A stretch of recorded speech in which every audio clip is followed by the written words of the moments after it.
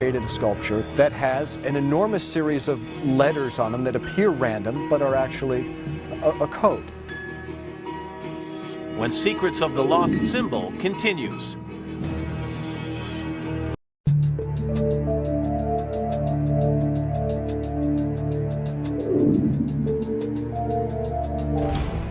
The Lost Symbol takes you on a high-speed journey to uncover secrets in Washington, D.C. Dan Brown helped us retrace the steps of his fictional hero, Robert Langdon. One thing I love to do is get people to see things through a slightly different lens. Brown showed us the nation's capital through his eyes, and it does look different.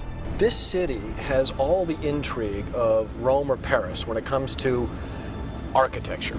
The Capitol Rotunda, where the fictional Langdon makes a gruesome discovery, has a real-life secret: stumps of iron in the floor that used to be part of a railing. In the 1820s, there was a hole in the floor, leading down to a lower level, the Capitol crypt. You also found this labyrinth of rooms in the basement areas and sub-basement of the Capitol. Right. The understories of the U.S. Capitol are filled with these tiny rooms. The blueprint of the Capitol building is an astonishing document. It looks like right out of a labyrinth of ancient Greece. Langdon flees through that labyrinth and emerges across the street in the Library of Congress, which has its own treasures hidden in plain sight. You've got this astonishing staircase here with an anachronistic sort of feature. You've got these little cherubs, these putti. You've got one up here that's holding a telephone. Yeah, right there. I mean, and you've got one down here, an entomologist. He's catching butterflies. You have this bizarre fusion of these little religious figures with scientific concepts. And of course, we had to check out the main reading room, where Brown's hero narrowly escapes his pursuers by riding a conveyor belt meant for books. It's my favorite room in all of D.C. Is it really? Without a doubt. It's been called the most beautiful room in the world. It's an octagon lit in 8 different directions, so there are no shadows. No shadows anywhere. The room really seems to radiate. Langdon needs a place to hide out, a sanctuary. But to get there, he has to solve a riddle. A refuge containing 10 stones from Mount Sinai, one from heaven itself, and one with the visage of Luke's dark father.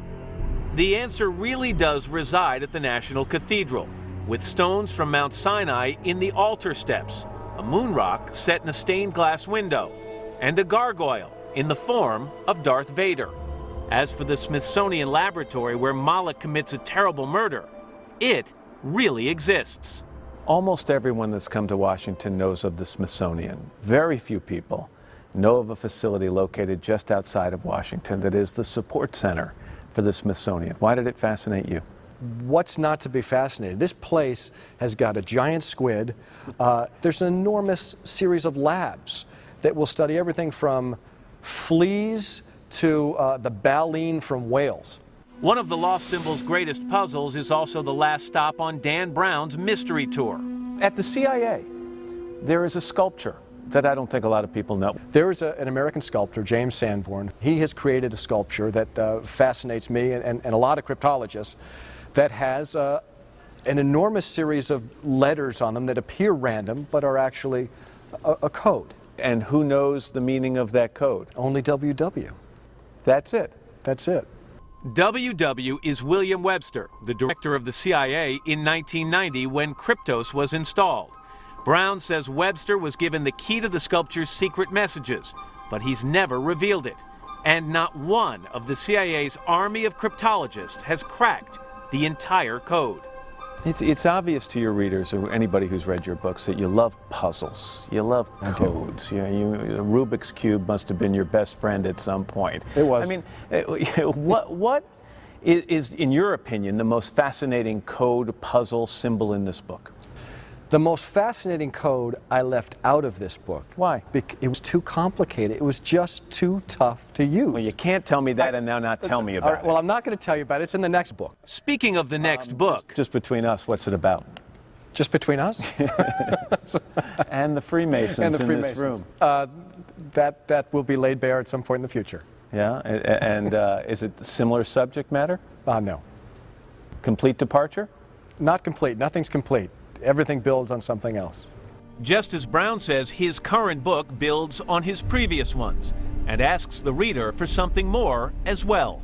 There's a call to action in this book where you basically challenge the reader to take what you've just told them over the course of the previous 500 pages and decide what he or she wants to do with it. Did you set out to write that ending, or did that just happen? In some ways, it just happened. The amount of research and intellectual growth that went into writing this novel really led to that rather hopeful ending. And thank you for seeing that it is a call to action. You see, the whole headlong chase through Washington, the secrets of the Freemasons, the ancient mysteries, noetic science.